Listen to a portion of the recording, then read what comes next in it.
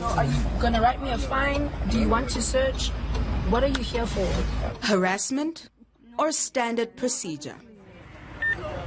A young woman out with her friends says she was randomly stopped, chased and harassed by JMPD officers and undercover cops in the middle of the night.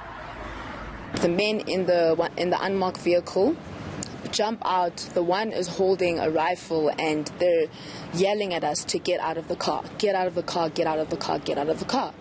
At this point, we're completely perplexed. We're not sure what is happening. No one has explained what they want from us. And we're just highly confused and scared. The 26-year-old says not one of the officers would explain why she'd been stopped. There's nothing that's been found. I'm definitely not drunk, he can see that, and there's 14 officers on the scene and none of them have a breathalyzer. So what is the protocol when you're stopped by law enforcement? Regrettably, there isn't a procedure. The National Road Traffic Act makes it compulsory for any motorist to stop for a peace officer, not just a policeman, okay, a peace officer who's in uniform that instructs them to stop. That's what the law says.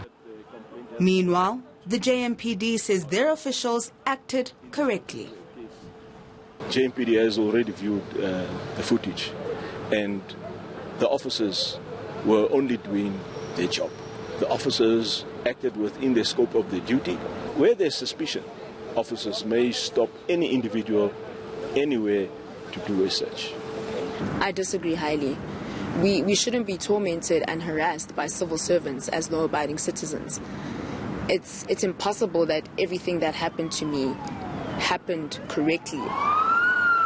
JMPD has denied the allegations of harassment and says the officers were merely doing their jobs. Slindalo Masigan, Johannesburg.